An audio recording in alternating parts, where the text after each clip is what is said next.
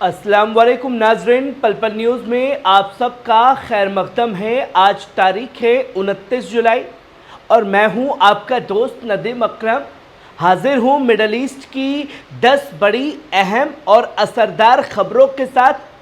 आज की ख़बरें सिर्फ अपडेट नहीं है दोस्तों, ये है जंग, इंसाफ, भूख और फनकारी और फ़िक्र की झलकियाँ हैं।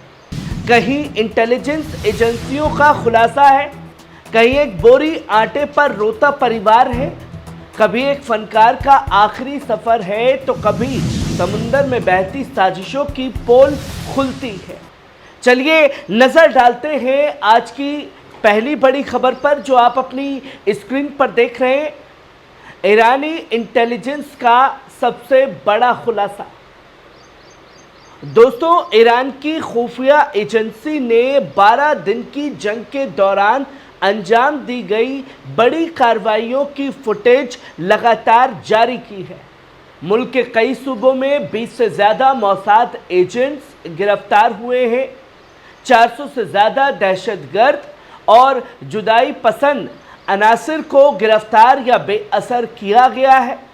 अमेरिका से आए असला जब्त किए गए हैं और दर्जनों लोग क्रिप्टो करेंसी के जरिए सेप्टोस की साजिश में शामिल निकले।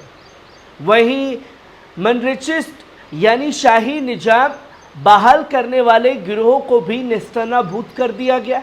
ईरान का दावा है ये सब रियासत को अस्थिर करने की एक आलमी साजिश का बड़ा हिस्सा था।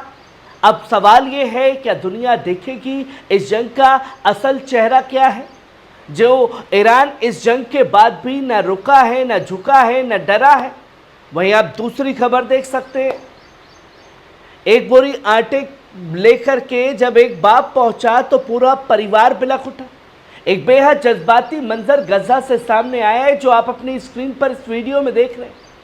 उसके हैप में महज एक बोरी का आटा था, लेकिन उस बोरी ने पूरे घर को आंसुओं में डुबो दिया। बच्चे दौड़ते हुए बाप से लिपट गए, बीवी ने दुपट्टा संभालते हुए शुक्रिया अदा किया और पूरा माहौल एक जश्न की शक्ल ले बैठा। सोचिए कैसी हालत है उस सरजमीन की जहां आटा किसी इनाम, किसी नजात की तरह महसूस हो रहा है। गजा इस वक्त सिर्फ बमबारी नहीं, भूख, प्यास और मुहासरा झेल रहा है और इन हालात में एक बोरी आटा इंसानियत की सबसे बड़ी उम्मीद बन गई है। और ये बोलते हुए मेरे खुद के रोंगटे खड़े हैं दोस्तों। वहीं आप तीसरी खबर देख सकते हैं। तुर्की का नया कांड सामने आया है जिसने पूरी दुनिया को हिला दिया और मुसलमानों को एक बार फिर शर्मसार कर दिया है। तुर्की की सियासत में उस वक्त भूचाल आ गया जब न्यू वेलफेयर पार्टी के रहनुमा अताई अरबान ने एक हैरत अंगेज इंकशाफ किया। उन्होंने कहा कि 5000 से ज़्यादा तुर्क इजरायली काबिज फौज में शामिल होकर गजा के मासूम बच्चों का कत्ल कर रहे हैं। अरबाकान ने तंजिया अंदाज में सवाल किया, क्या एर्दोगान ऐसे लोगों को तुर्क वापस आने की इजाज़त देकर इस कौमी जुर्म पर पर्दा डाल रहे हैं? ये कैसी रहनुमाई है और किसी हुकूमत जो इखलाकी गिरावट पर खामोश है। तुर्की अब दो सवालों के सामने खड़ा है, इंसाफ या माफ़ी। आपको क्या लगता है? वहीं आप चौथी खबर देख सकते हैं। दाऊद के पत्थर ऑपरेशन में बड़े तरीके से इजरायली फौज को नुकसान पहुंचाया। दोस्तों, खान यूनुस के अबासान में अल कस्साम ब्रिगेड ने एक बेहद पेचीदा और ताकतवर घात लगाकर हमला किया जिसे उन्होंने दाऊद के पत्थर ऑपरेशन करार दिया है।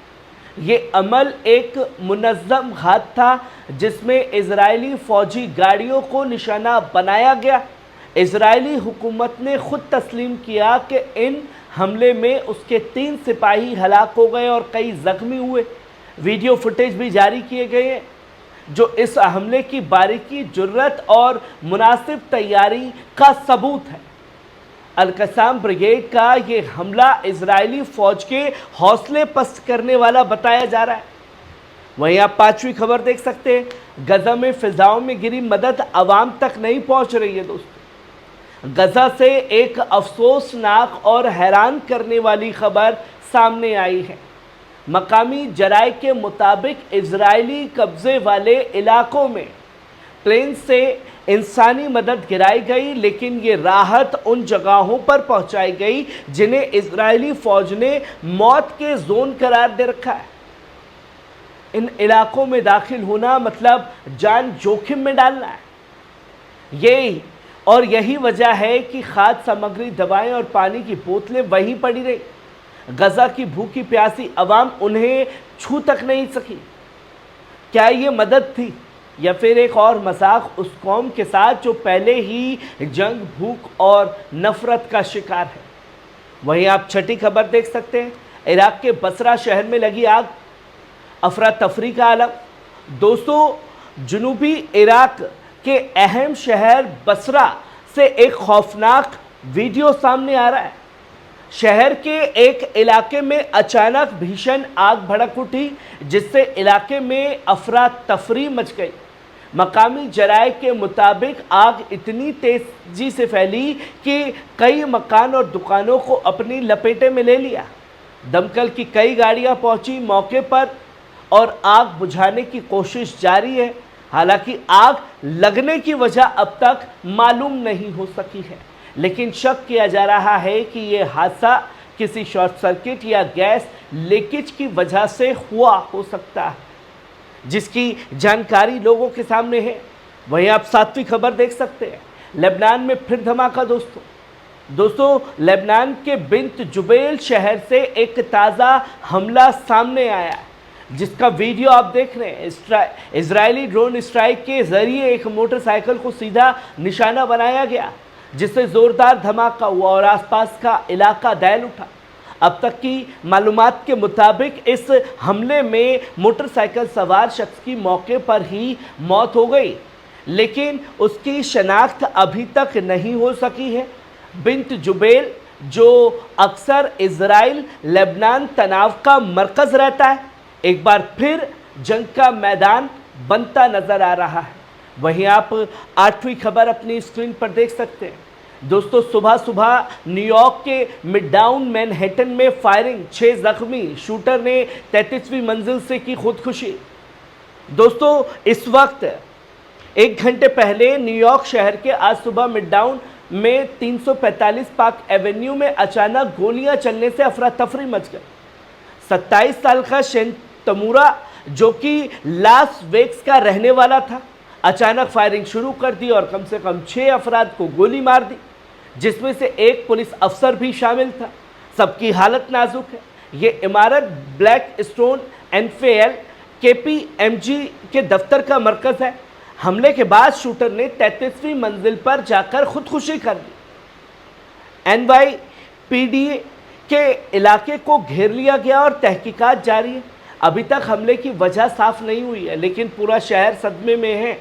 दोस्तों, अल्लाह का ये भी शुक्र है कि कोई उर्दू नाम नहीं था, वरना अब तक पूरी दुनिया में हल्ला हो रहा होता कि आतंकी हमला हुआ है। वहीं आप 9वीं खबर देख सकते हैं। यमन की मुस्लिह अफवाज ने अपने हरबी मीडिया के जरिए उस सनसनीखेज कार्रवाई की तफसीलात पेश की है, जिसमें इजरायली कब्जे वाले बंदरगाह की तरफ जा रही एंटरनिटी सी नामी जहाज़ को निशाना बनाया गया था। ये जहाज़ एलात जा रहा था, जो फ़लस्तीन की मोहतल्ला सरजमीन पर वाक़े है। यमनी नेवी ने 2 दिन तक तलाशी और रेस्क्यू ऑपरेशन चलाया, जिसमें 11 अफराद को बचा लिया गया, जिनमें 2 जख्मी भी थे और 1 मैयत निकाली गई। जहाज के क्रू ने मान लिया कि उन्होंने समुद्री पाबंदी का उल्लंघन किया और वो इजराइल के लिए सामान ले जा रहे थे। उन्होंने खुलकर माफ़ी मांगी और बाकी जहाज़ी कंपनियों को भी इजराइल से रिश्ता तोड़ने की दावत दी है। और दोस्तों, लोग कह रहे थे कि देखिए, यमन ने बहुत बड़ी गलती कर दी। वहीं आप आखिरी और 10वीं खबर देखिए। ज़ियाद रहबरी के इंतकाल, लेबनान ने खोया अपना सबसे बड़ा फनकार और बागी आवाज़। दोस्तों, आज लेबनान अपने अजीम फनकार, ड्रामा निगार और सियासी सोच रखने वाले ज़ियाद रहबानी को आखिरी रुखसत दे रहा है। 69 साल की उम्र में दुनिया से रुखसत होने वाले ज़ियाद सिर्फ एक फनकार नहीं थे, वो एक बागी सोच, रेजिस्टेंस आवाज़ और इंसानी करारत के अजीम तर्जुमान थे। उनकी जनाजा रस्म बेरूत के खुरी अस्पताल से रवाना हुई اور انہیں دفن کیا جائے گا ان کی والدہ فیروزہ صاحبہ کے گھر کے احاطے میں۔ جیاد نے درجنوں یادگار ڈرامے، ریڈیو پروگرام اور میوزیکل شوز دیے اور ہر بار انہوں نے ستہ، سماج اور نفاق پر بے باک تاکید کی۔ لبنان اور پوری عرب دنیا آج ایک آواز کھو بیٹھی ہے جو نہ بکتی تھی نہ جھکتی تھی۔ ناظرین، یہ تھی مڈل ایسٹ کی 10 سب سے بڑی اہم خبریں۔ آپ کو کیسی لگی کمنٹ باکس میں آ کر کے اپنی رائے ضرور دیجیے گا۔ شکریہ۔